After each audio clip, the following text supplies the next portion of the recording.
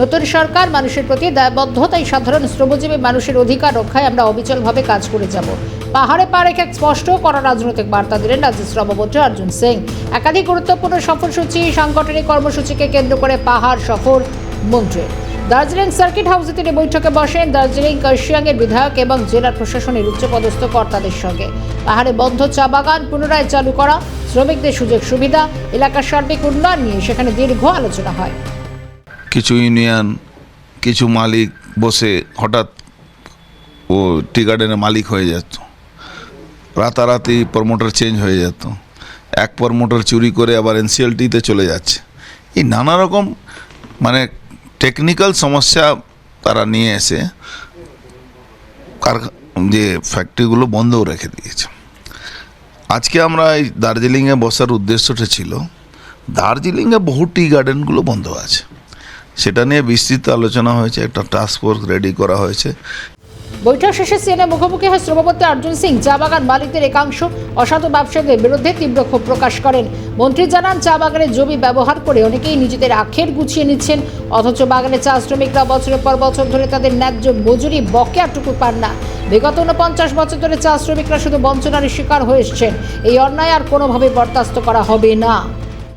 ওই 49 বছর শাসনে শুধু ওয়ার্কারের পিএফ মারা, ওয়েজেজ মারা, গ্র্যাচুইটি মেরে দিয়েছে, তাদের সুখ সুবিধা থেকে বঞ্চিত করেছে। গভর্নমেন্ট কোনোভাবে শ্রমিকের পাশে দাঁড়ায়নি। অর্জুন আরও বলেন, টি ট্যুরিজমের নামে চা বাগানের জমিতে হোটেল ও রিসর্ট বানিয়ে বিক্রি করে দেওয়ার যে প্রবণতা, তাতে এবার পুরোপুরি লাগাম টানা হচ্ছে। একাধিক ব্যবসায়ী অগ্রিম টাকা দিয়ে বাগান নেওয়ার আগ্রহ দেখাচ্ছেন। তবে সরকার সব দিক খতিয়ে দেখে চূড়ান্ত সিদ্ধান্ত নেবে, যাতে শ্রমিক স্বার্থ সুরক্ষিত থাকে। আর মালিক পক্ষ যতক্ষণ ওদের একটা টেন্ডেন্সি হয়ে গেছে কি একটা টি ট্যুরিজমের নাম করে সেই জায়গাগুলো হোটেল রিসোর্ট করে বিক্রি করে দেওয়া বা জমিগুলো, এইটা একটা বিগত সরকার ওদেরকে একটা সুযোগ সুবিধা দিয়েছে।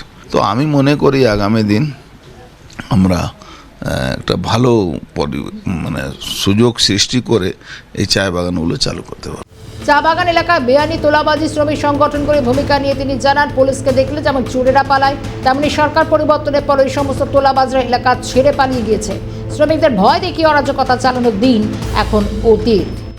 প্রায় সব পালিয়ে গেছে, এখন আইএনটিটিউসি বলে কোনো শব্দ নেই, সব পালিয়ে গেছে। চোররা যেরকম পুলিশকে দেখে চোররা পালায়, এবার ভারতীয় জনতা পার্টি ক্ষমতা আসার পরে বেশিরভাগ আইএনটিটিউসির নেতারা সব পালিয়ে গেছে। পাহাড়ে চা শ্রমিকদের জন্য নতুন সরকারের এই সক্রিয় অবস্থান শ্রমিক মহলে নতুন আশার আলো দেখাচ্ছে। ক্যামেরায় সৌমেন্দ্র মজুমদারের সঙ্গে স্নেহাশী সরকারের রিপোর্ট, ক্যালকাটা নিউজ।